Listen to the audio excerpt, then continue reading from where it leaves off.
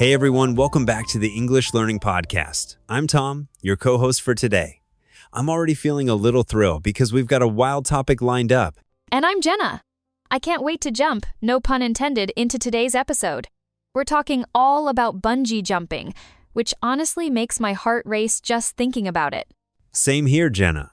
It's one of those things you see people do and wonder, would I ever have the guts? So, let's get into what bungee jumping is all about and see if we can inspire or terrify our listeners today. Absolutely. Whether you're an adventure seeker or just curious, this should be a fun ride. So, listeners, buckle up. Jumping right into it. Can you paint a quick picture of bungee jumping for listeners who might not know? Picture this. You're standing on a high bridge or platform with a giant elastic cord strapped to your ankles. Then you leap off. The cord stretches, and you bounce back up before finally coming to a stop.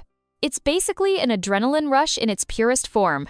I love that description. It's kind of like being a human yo-yo, but way more intense and hopefully much safer. You nailed it. And the feeling of free falling? People say there's nothing else like it.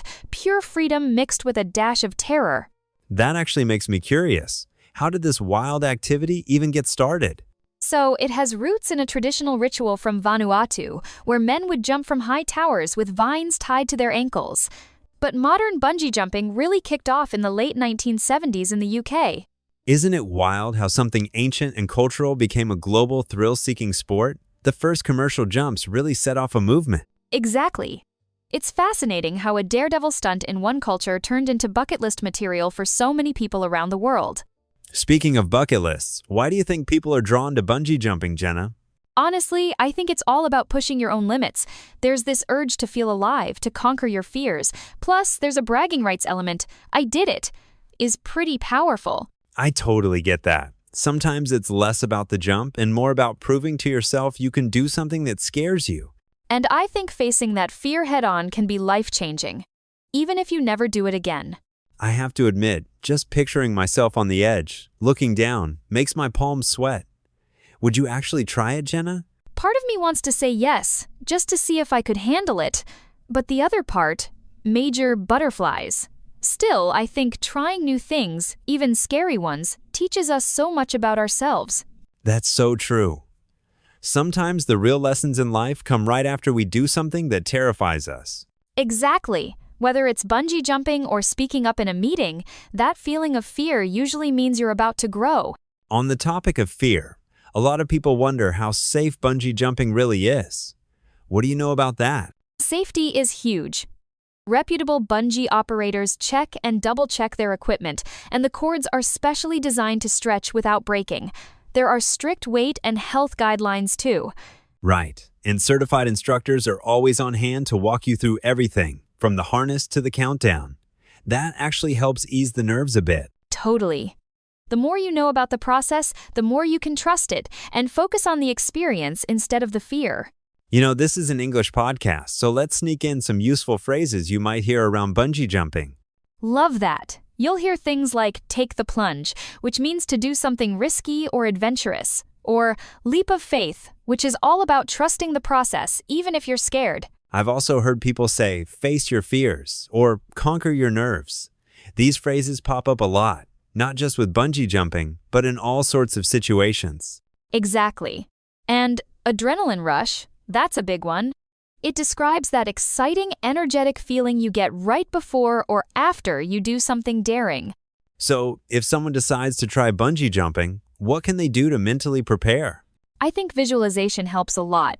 Picture yourself taking the jump, feeling the air rush by, and landing safely. Deep breaths and positive self-talk are your best friends. That makes sense. Even saying, I can do this out loud can help calm the nerves and give you that extra push. Absolutely. And sometimes, hearing the encouragement from friends or instructors gives you that final nudge. Funny enough, the lessons from bungee jumping go way beyond the jump itself. What do you think people take away from it, Jenna? Honestly, it's a crash course in courage. You learn you're capable of much more than you think. Plus, every big leap, literal or not, teaches you resilience and trust, both in yourself and others. I love that. It's kind of like learning a new language. There's anxiety at first, but once you make that leap, you realize, wow, I can do hard things. Exactly. And those small wins add up, building your confidence for the next big challenge, whatever it may be. That actually reminds me, most of us won't bungee jump every day, but we face little leaps all the time. Can you think of a recent jump you took, Jenna?